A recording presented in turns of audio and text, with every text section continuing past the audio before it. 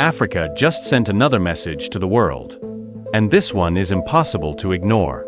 On June 18, 2026, Niger officially submitted its request to leave the International Criminal Court, better known as the ICC. A court that claims to represent international justice.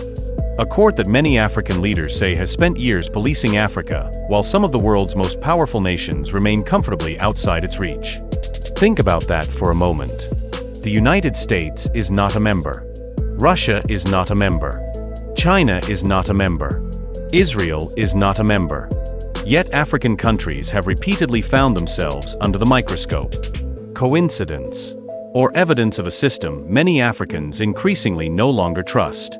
And here is the bigger question. Is Niger simply leaving a court?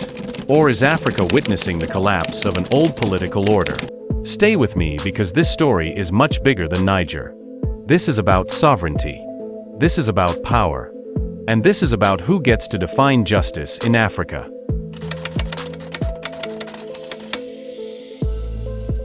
The International Criminal Court was launched on July 1, 2002. Its mission sounds noble. Prosecute genocide. Prosecute war crimes. Prosecute crimes against humanity. And ensure that no one is above the law. On paper, it sounds like something every nation should support. But reality is often more complicated than the brochure. Because many Africans began noticing something strange. As years passed, case after case seemed to involve African countries, African presidents, African generals, African conflicts. Meanwhile, many powerful nations that helped shape the international order were never members at all. And that is where the controversy begins. Because justice is only respected when people believe it is being applied equally.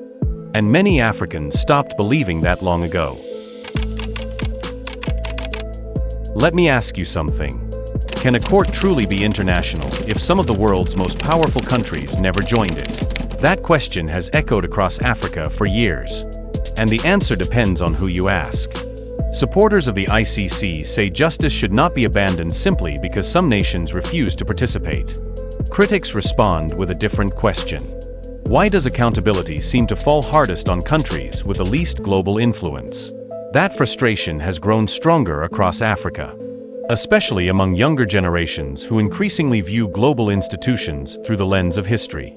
Colonial history, economic history, and political history. Many are asking whether modern Africa is still operating under systems designed by others, or whether it is finally ready to build its own. And nowhere is that debate louder than in the Sahel. Between 2020 and 2023, something extraordinary happened. Mali changed course. Burkina Faso changed course. Then Niger changed course. Military governments took power promising something many citizens desperately wanted. Security, sovereignty, and freedom from foreign dependence. For years, these countries battled extremist violence.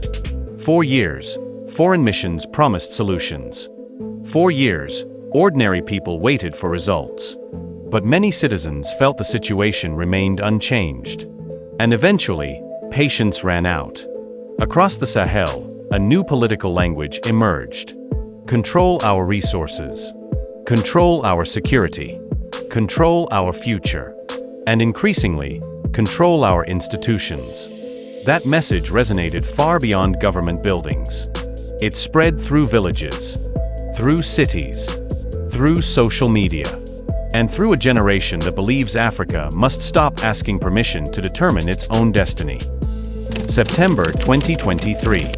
Niger, Mali, and Burkina Faso formed the Alliance of Sahel States, the AES. At first, many observers saw it as a military alliance. But it quickly became something much larger. A political alliance. An economic alliance. And perhaps most importantly, a sovereignty alliance. The message was becoming impossible to miss. These countries were no longer interested in following old geopolitical scripts. They wanted to write their own. Then came September 2025. The three governments announced plans to leave the ICC. And suddenly the world realized this was not a temporary political trend. This was a movement. A movement challenging institutions that had long been considered untouchable. Then came June 18, 2026. Niger officially submitted its withdrawal request. The ICC confirmed receiving the notification. Under international rules, the process takes 1 year. That means Niger's withdrawal will become effective on June 18, 2027. But make no mistake, the symbolism matters now. Because every major political transformation begins with a signal. And Niger has sent one. Loudly, clearly, and unapologetically. The message: sovereignty is not negotiable. At least not from the perspective of Niger's current leadership. This is where the story becomes truly important. Because this debate is not really about one court. It is about a continent. A continent asking difficult questions. Who controls African resources? Who controls African security? Who controls African finance? And now, who controls African justice? Whether you support Niger's decision or oppose it, one thing is clear. Africa is entering a new chapter. A chapter defined less by external approval and more by internal confidence. The conversation has shifted. The old assumption that international institutions automatically know what is best for Africa is being challenged. And once questions like that begin spreading across a continent, they are very difficult to stop. Niger's departure from the ICC may ultimately be remembered as more than a legal decision. It may be remembered as part of a larger African awakening. A moment when nations began openly challenging institutions they believed no longer reflected their interests. Will this strengthen African sovereignty?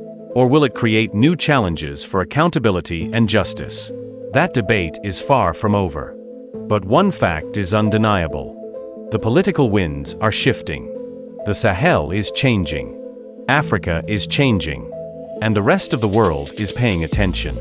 Because whether people like it or not, a growing number of African nations are no longer asking what role they should play in the international system. They are asking a different question. What should the international system look like if Africa helps shape it? And that question may define the next generation. This is Avalanche Africa. Subscribe for more African geopolitics, history, sovereignty movements, and the stories mainstream media often overlooks.